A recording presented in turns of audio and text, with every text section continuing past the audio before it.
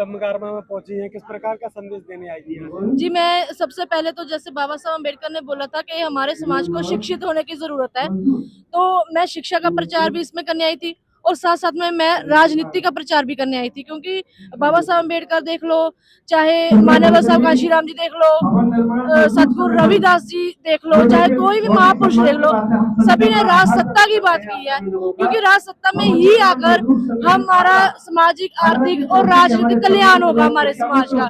क्योंकि आप लोग आए दिन देख रहे हो खबरों में, इलेक्ट्रॉनिक मीडिया, प्रिंटेड मीडिया में देख रहे हो कि कैसे हमारे लोगों का शोषण होता है।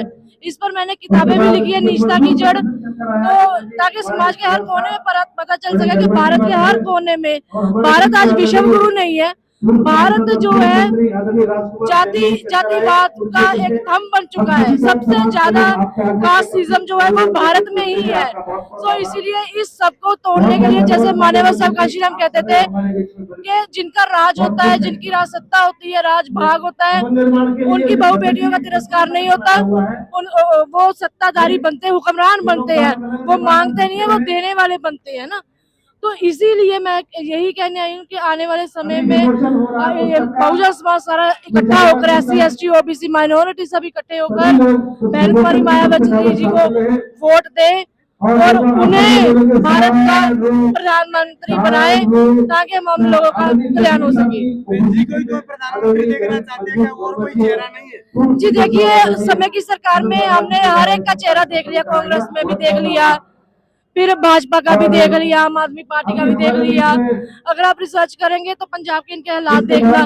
तो इसीलिए अभी मैं समझती हूँ कि मायावती जी को, क्योंकि उन्होंने बहुत छोटी उम्र में ही समाज के उद्धार के लिए अपना निजी जीवन त्याग दिया था। उन्होंने शादी तक भी नहीं करवाई और समाज को समर्पित हो गई, और आज तक वो लगे हुए हैं। तो इसीलिए मैं कहती हूँ कि मायावती जी को मौका मिलना चाहिए। लोग तो कहते हैं बहन जी अपना परिवारवाद स्थापित कर रही है, वो कहाँ राजनीति कर रही है? नहीं सर, अभी ये अनाउंस नहीं हुआ ना कि उन्होंने उत्तराधिकारी घोषित किया है। अभी तो वो है, अभी वो है, वो इस एज में भी काम कर रहे हैं। आप ये देखिए ना, इस एज में भी वो काम कर रहे हैं।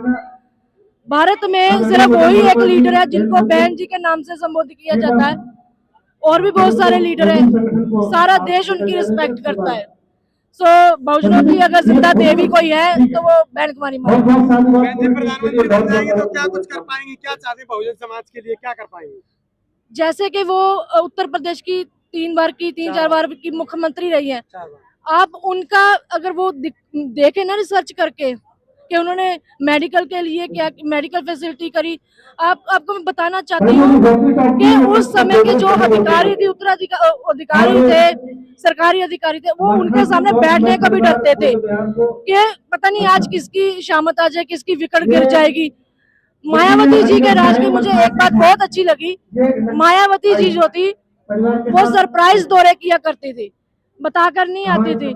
वो आकर देखती थी कि कहाँ पर किस गली मोहल्ले का विकास करने वाला, और उनसे क्षमा मांगती थी अधिकारी से। अगर ये इस टाइम में नहीं हुआ तो उसको सबके सामने निलंबित कर दिया जाता था। तो उनकी रूल व्यवस्था देखिए, सबसे ज्यादा उन्होंने गैंगस्टरवाद, गुंडा राज खत्म किया था, उन पर धाराएं लगाकर उनको अंदर किया था। लेकिन अगर आप पंजाब में देखें, आम आदमी पार्टी में, तो सबसे ज्यादा गुंडा राज वही हुआ है अभी, आतंकवादी सॉरी गैंगस्टरवादों का। आए दिन किसी को भी गोली मार देते। तो मैं ये कहती हूँ, भारत में बहन कुमारी मायावती जी का राजभाग होना बहुत जरूरी है। क्या आप राजनीति में कदम रखेंगे भविष्य में? जी बिल्कुल, अभी मेरे पास इंग्लैंड की नेशनैलिटी नहीं है, अगर मौका मिला तो मैं जरूर लड़ूंगी, क्योंकि मैं अपने माथे पर कलंक नहीं लगाना चाहती। जैसे बाबा साहब अम्बेडकर ने बोला था कि मुझे मेरे पढ़े लिखे समाज ने धोखा दिया था।